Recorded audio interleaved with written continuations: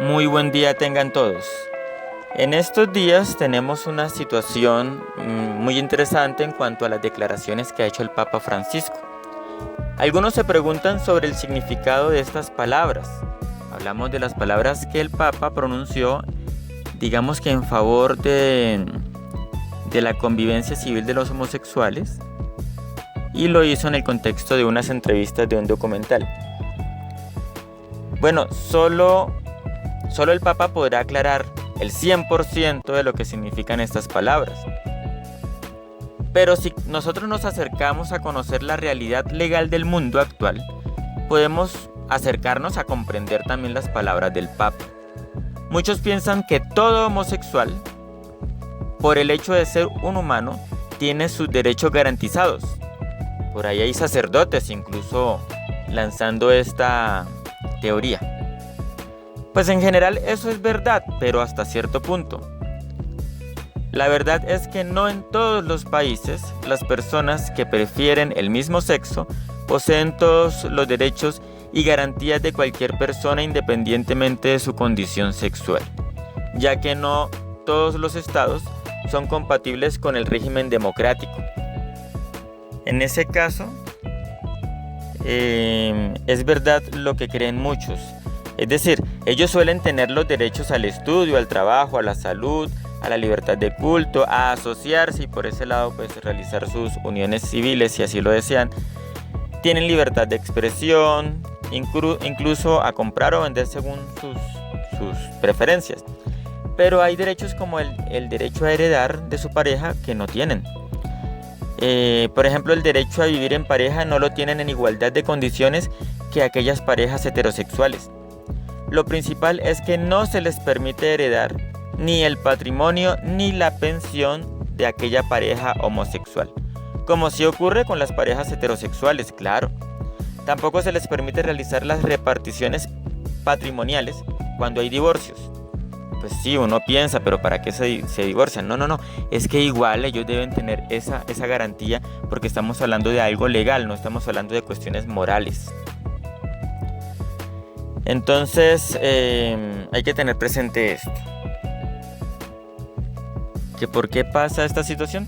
Bueno, sencillo, porque las leyes no siempre admiten que los recursos de la pareja han sido levantados entre dos, pues como pareja, sino que se les aplica la ley civil común a todo ciudadano. Es decir, si usted hizo un negocio con otra persona y el negocio quebró, pues se reparten según lo que esté escrito, pero si no hay nada escrito, aquel que tenga el título de la propiedad pues se llevará todo. En este caso eso les aplicaría a ellos, mientras que si es un matrimonio y compran una casa, aunque la casa figura a nombre de uno de los dos, si eso llegara a pasar, pues en el momento de divorciarse, a pesar de eso se reparte entre ambos, porque ambos consiguieron los recursos, por eso son un matrimonio. En el caso de los homosexuales, pues esto no se aplica hoy en día, y la idea del Papa es que se pueda llegar a aplicar, es decir, que ellos sientan ese privilegio o esa protección más bien de la ley ante esas circunstancias. Algunos por allí se preguntan, ¿de verdad no están protegidos legalmente? Pues la respuesta es que eso depende del Estado. Sin embargo, en todas partes donde la ley los ha querido proteger, ha generado injusticia porque les titula como matrimonio homosexual o cosas por el estilo. Entonces la injusticia se genera hacia los matrimonios heterosexuales, porque se les equipara como si fueran iguales. Y sobre todo se les abre la puerta también a la adopción, gran peligro. En cambio, la propuesta del Papa Francisco va más hacia la protección de aquellos derechos de seguridad social, pues los que atañen al núcleo familiar. Un ejemplo para nosotros en Colombia es el servicio de salud. Acá en Colombia cualquiera puede incluir en su EPS a sus familiares según el grado de consanguinidad, cuando ellos estén desprotegidos porque no tienen empleo, o porque son mayores o son niños, etcétera, etcétera.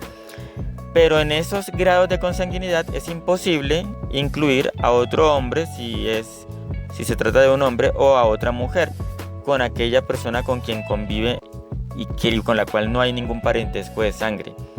Si se dieran estos cambios legales propuestos por el Papa, podrían ser incluidas las parejas del mismo sexo cuando se encuentran sin empleo, por ejemplo. Es una cosa muy normal que alguno de los dos en la pareja no tenga empleo. En el caso de las parejas heterosexuales, pues esto se arregla incluyendo en la EPS aquella persona que está sin empleo.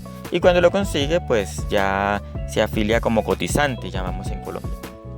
Bien, eso no está ocurriendo con las parejas homosexuales en este momento, en general en muchos países del mundo.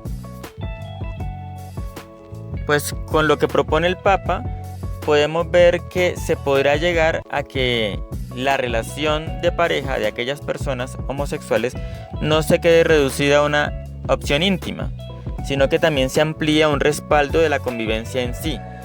Dejan de ser dos en convivencia, cada uno responde legalmente por aparte, para ser una entidad con respaldo legal, con el amparo en seguridad social que esto debe implicar, obviamente. Lo mismo ocurre con las herencias de pensiones. Ya sabemos que en Colombia se muere el cotizante y su pareja puede, pues si queda desprotegida económicamente, pues puede heredar esa pensión. Sin embargo, las parejas homosexuales hoy en día no tienen esa facilidad. Entonces es importante que esto lo tengamos presente para entender las palabras del Papa y su preocupación. Sin embargo, hay dos cosas todavía que debemos tener claras los católicos. La primera es que el Papa no está amparado por la inerrancia dogmática cuando está hablando de fe o moral, porque en este caso no está hablando de fe ni de moral. Por ello, esta opinión es su opinión personal, en la cual bien puede estar errado y de la cual él mismo puede retractarse en cualquier momento si así lo considerara. Y eso no implicaría ningún problema dogmático o doctrinal para nuestra iglesia. De hecho, esta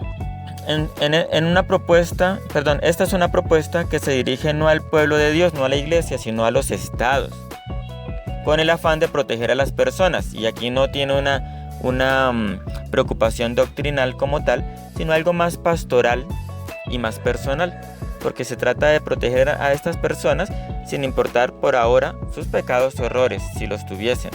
Es decir, esto es una propuesta jurídica, política, si ustedes lo quieren, es una propuesta sociológica. Y cualquier papa puede incluso escribir un libro de sociología y eso no tiene por qué estar incluido en la doctrina de la iglesia.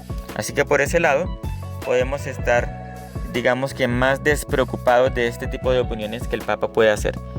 Porque, pues en segundo lugar, aunque yo personalmente comparto la propuesta, sé que los estados pueden hacer cambios y esto implica que su aplicación puede ser un completo fracaso.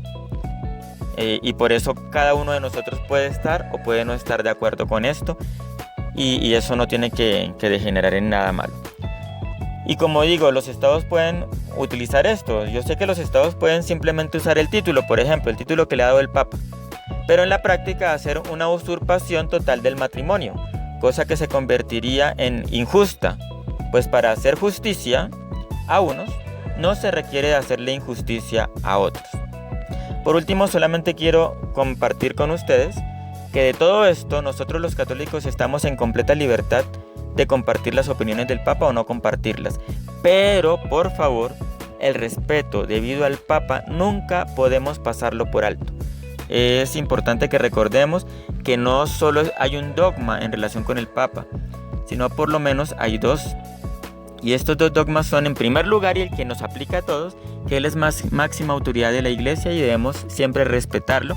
Y en aquello que atañe a nuestra vida debemos asumir su enseñanza, no en este caso sus opiniones, pero sí sus enseñanzas y llevarlas a la práctica. Y lo que no nos atañe a nosotros, pues respetarlo, hacer las preguntas que haya que hacer sin que esas preguntas sean o impliquen necesariamente una negativa a lo que el Papa propone. Y el otro dogma pues es de la inerrancia, que es cuando habla ex cátedra en cuestiones de fe y moral, y que eso ocurre más bien pocas veces en nuestras vidas. De hecho, tal vez en los últimos 20 años no ha habido un pronunciamiento. Creo que en los últimos 50 años no ha habido un pronunciamiento que tenga la inerrancia dogmática. Muchas gracias por escuchar. Dios les bendiga.